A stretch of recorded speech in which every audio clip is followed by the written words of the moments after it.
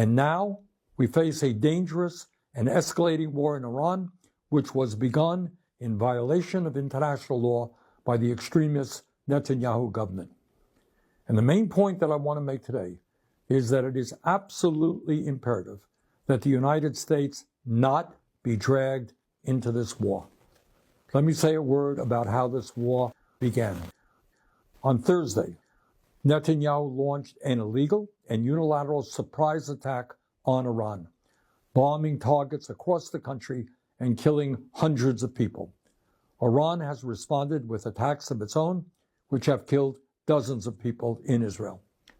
Whatever you may think of the corrupt and authoritarian Iranian regime, Israel's attack clearly violated international law and the United Nations Charter.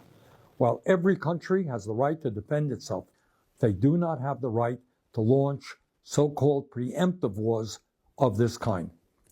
But let's remember who Netanyahu is.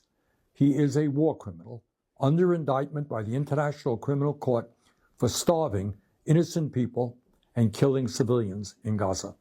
At this very moment in Gaza, Israel continues to prevent the UN from delivering humanitarian aid.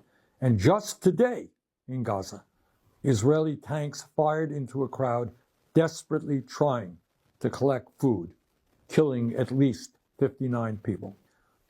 So it should come as little surprise that Netanyahu ignored international law to start this war with Iran.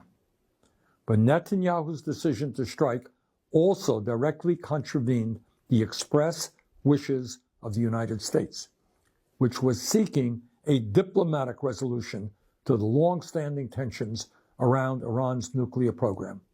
In recent months, the United States has held 5 rounds of negotiations with Iran to resolve these long-standing concerns. Let me repeat. In recent months, the United States has held 5 rounds of negotiations with Iran to resolve these long-standing concerns.